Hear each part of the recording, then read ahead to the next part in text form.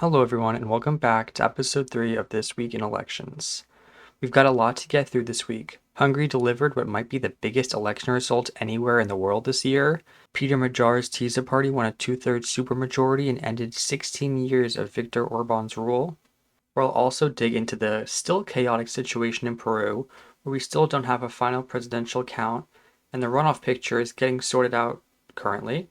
We have the 3 Canadian federal by-elections that gave Mark Carney's Liberals a parliamentary majority. On top of that, Bulgaria, where former President Rumen Vedev's new coalition scored a landslide and may have actually broken the country's years-long cycle of endless snap elections. We had 2 English Council by-elections that tell an interesting story about where Reform UK stands right now. And New Jersey's 11th, where Progressive Democrat Ana Lilia Mejia won comfortably and handed Democrats one more seat in a very narrowly divided House. We'll also briefly touch on Quebec quickly because we had a commenter who rightly pointed out that I missed it last week. Then, after we recap those, we'll preview next week where we have Virginia's redistricting referendum on April 21st, which could have real national implications for control of the House, and 2 more UK local by-elections occurring this week, which will continue to test the strength of the Reform Party. Alright, let's get into it. So, New Jersey's 11th. The Democrats held it, which was what the polls pointed to, but the more interesting part is how they held it. Ana Lilia Mejia beat Joe Hathaway 59.5% to 40%. That's a 19.5-point win, which is actually stronger than a lot of the recent Democratic benchmarks in this district. And the county breakdown tells the story pretty well. Mejia ran it up in the Essex County portion, winning over 70% there. And she then carried the Morris slice by nearly 8 points. Hathaway only narrowly won the Passaic part of the district. So this wasn't some, fluky result where the Democrats barely scraped through in a blue seat. She won comfortably and she won across most of the map. As I mentioned in one of the shorts, though, the Israeli issue really came into effect here. Mejia, while she did perform well, it was the worst overperformance. She only overperformed the 2024 election results by 10, which is the lowest of any congressional special election during Trump's second term, partly because she may be seen as not the best representative of that district. And it's very rich, white, New Jersey, and she had these progressive ideas that aren't usually represented by people in that district. Mejia had a pretty harsh stance on Israel, as some might think, calling it genocide, saying no more aid, calling Netanyahu a war criminal.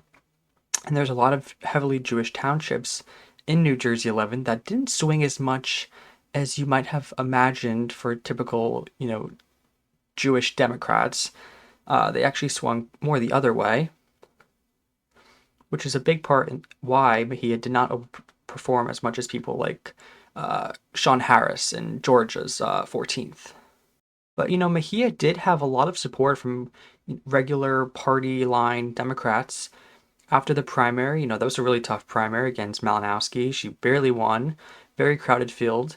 But after the election, she got all the endorsements she needed. She got Cory Booker, she got Andy Kim, she got Mikey Sherrill. Most of the New Jersey Democratic apparatus really came around for her. So by the time the general came around, it was not a matter of, Democrats infighting. It was more a traditional Democrat versus Republican. And as most of you guys probably know, we had 2 congressmen resign last week, Eric Swalwell and Tony Gonzalez. The Swalwell seat has a special election date, I believe in June or July. But the Texas race, we still don't know if there will be a special or we will have to wait for November. So Mejia is going to fill this seat and give the Democrats an extra number when at a time where there's quite a few vacancies. We have a death, we have an independent. There's a lot of uncertainty about how many seats and numbers that Mike Johnson can lose at this time. And although this race is over, it's really not over for Mejia. She has to go right back into the regular election cycle. She has the June primary and then back again running in November for a full term. And Hathaway already made it clear that he sees this as round 1. So the Democrats won this time around, but it seems like Hathaway is going to run again, and New Jersey 11th is going to stay on the board. And we'll see how she can do when there's more turnout in November and see if her progressive values really will, hurt her, or if we'll see, maybe not as big of a swing as one might suggest in the midterms. So bottom line for New Jersey 11th is that, it was a Democratic hold, pretty big win for progressives. The margin was decent, but not as well as one could have expected or hoped if you're a Democrat. And it's just, another seat added to the Democratic numbers in the House and more of a headache for Mike Johnson in leadership. All right, now we go all the way across the world to Hungary. This was a really fucking big election, guys. Péter Magyar and Tisza didn't just beat Orbán and Fidesz, they ended his 16 years of straight rule and won a full-blown two-thirds supermajority. Tisza took 151 out of the 199 seats on 53.2% of the vote, of the party list vote, and Fidesz collapsed to 52 seats on 38.6%. It was really not close at the end. So when I previewed this last week, I laid out why the supermajority threshold matters so much. 133 seats was the magic number needed to have a supermajority and to be able to amend the Hungarian constitution without anyone else's support. Orbán used that power for years to rewrite the rules of the game in his favor, but Magyar just won 141 seats, so now he has the same constitutional toolkit that Fidesz spent 16 years building with, and he's been pretty clear about wanting to use that to roll back many of Fidesz's policies. And what really stood out to me is how broad the win was. This wasn't just like a Budapest and nobody else across the country result. Tisza swept pretty much every county in the list vote. While Budapest was their best area, they were competitive everywhere. And Fidesz's best result was only 43.4% in some small counties in the country. So this was a national revolt against Fidesz and for Tisza, and not just, a little urban revolt that squeaked out a slight majority. It was a super majority across the country for Tisza. Turnout hit roughly 79%, which is the highest since Hungary's democratic transition in 1990. And it really felt like this election was a reckoning, and the voters really treated it that way. They came out in droves to help bring change and bring down Orbán once and for all. Magyar in an interview called himself, it's not just a change of government, but a change of regime. And it's really hard to argue with that framing once you see the draws of people that he was able to get out, across age groups and across demographics to the Tisza party. And it really is a testament, I think, to Magyar's ability to coalesce that anti-Orbán vote and be able to get that supermajority in Hungary.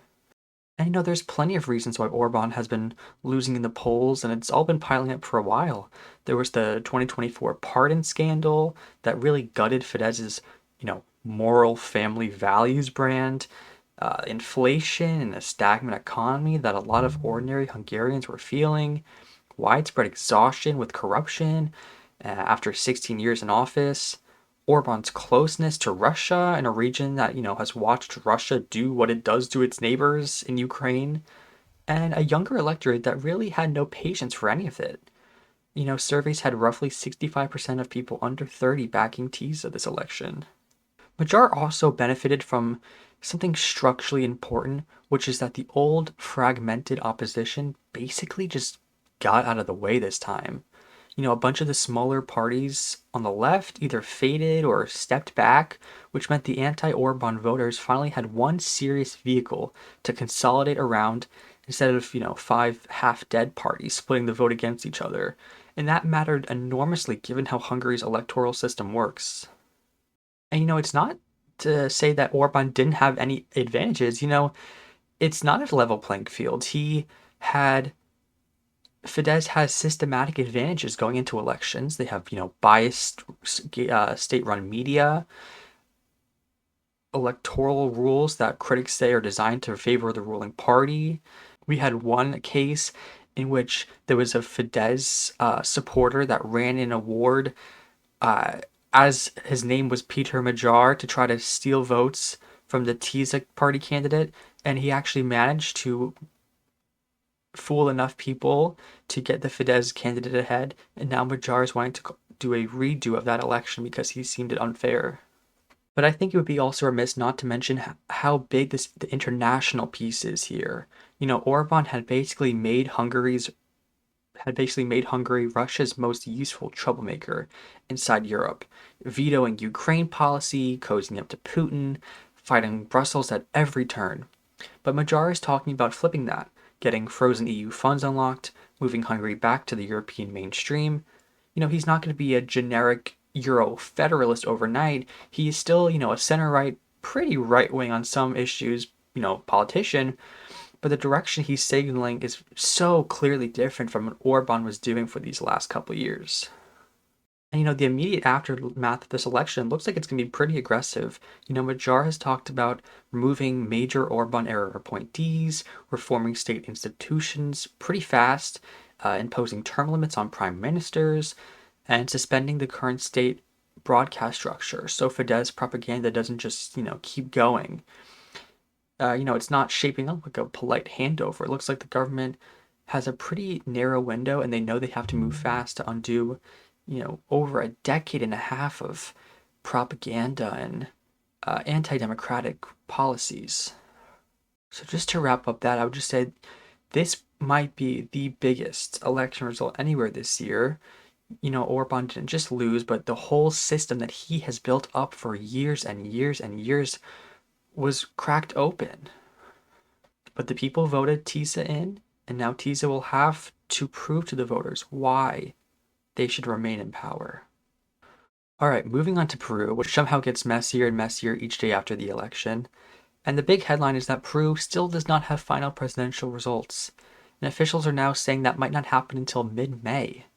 Thousands of challenged ballots are still being reviewed, with roughly 93 to 94% counted. Keiko Fujimori is sitting firmly in first place at around 17%, while Roberto Sanchez and Rafael Lopez Aliaga are still fighting over second place and the other runoff spot.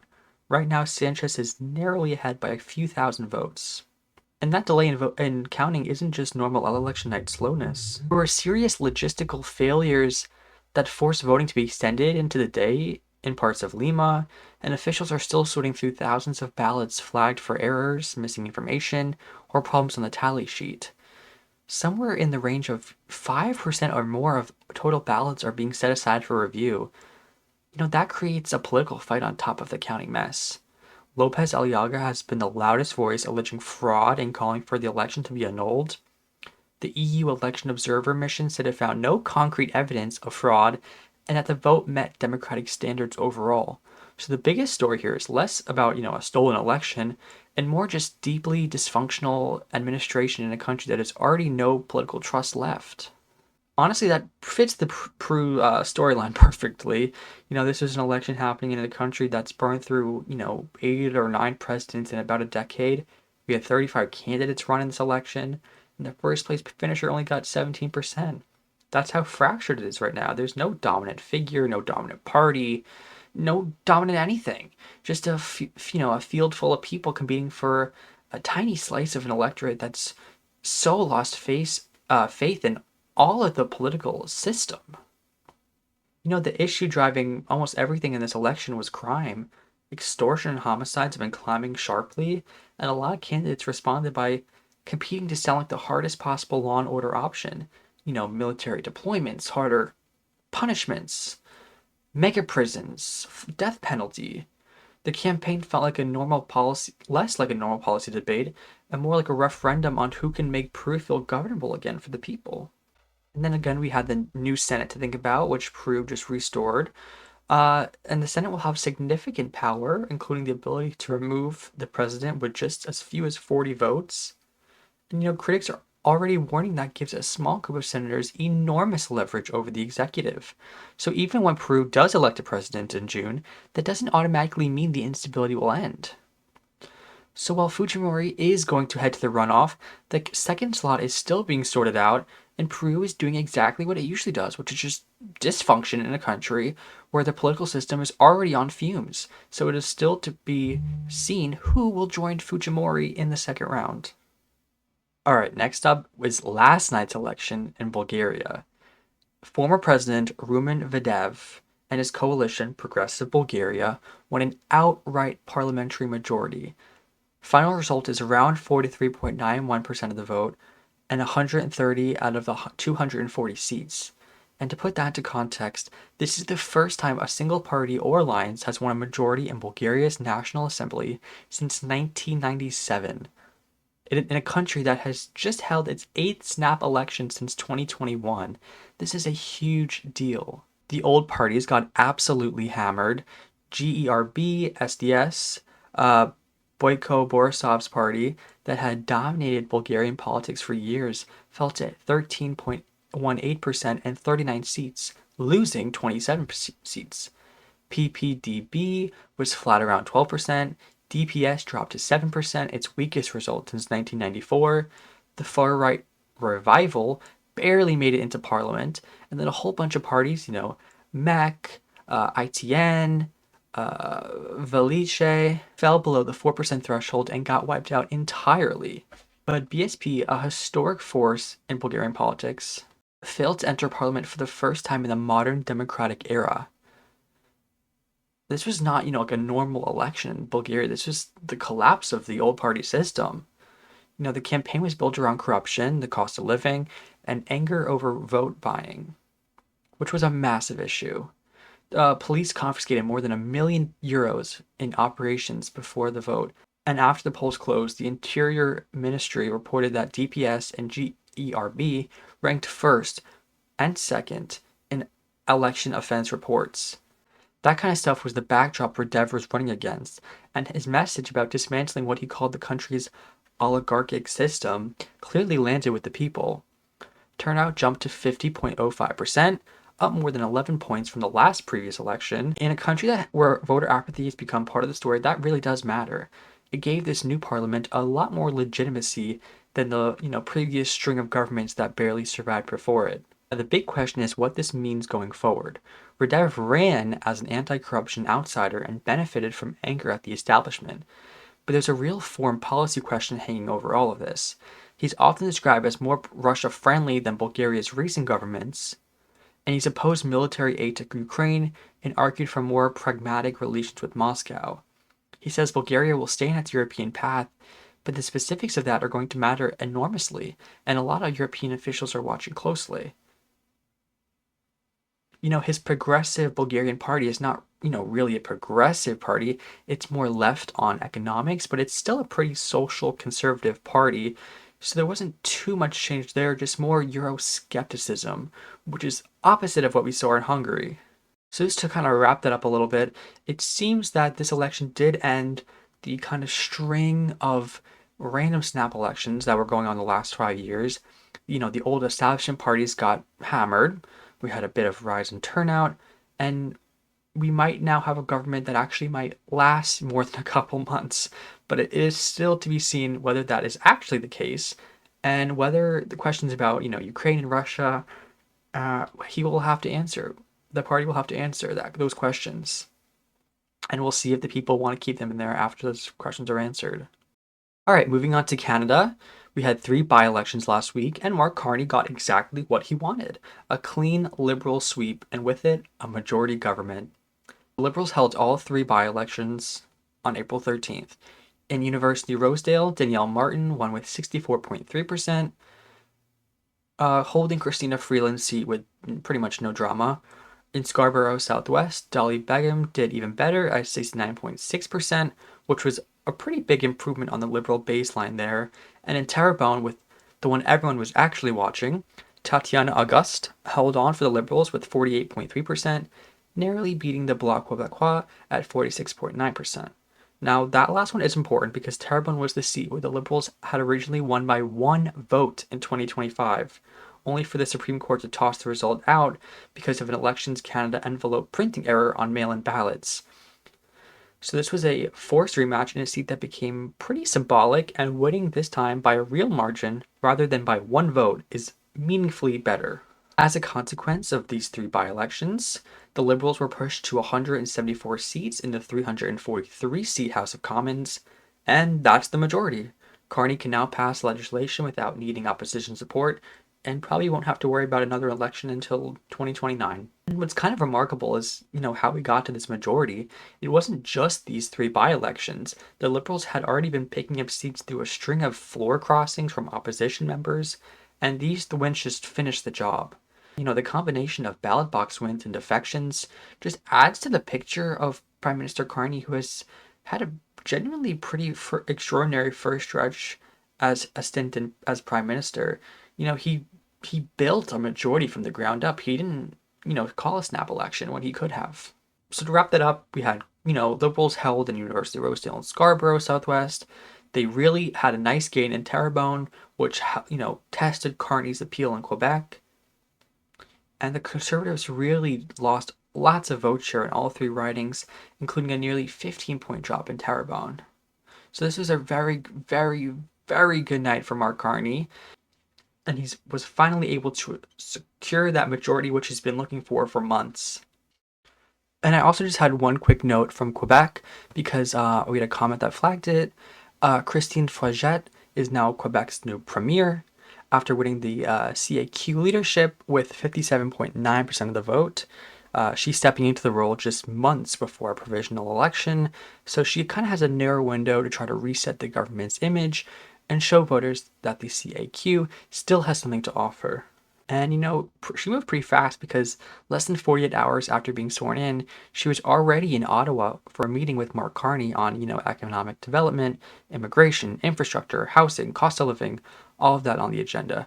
So it's a pretty deliberate first message, I would say, but whether she can actually move the dial before the election is a different question. But she's clearly not slow moving. All right, now we're going to hop back over the pond to the UK. We had two local by-elections this week, and both of them told a pretty similar story about where Reform UK's local strength lies right now.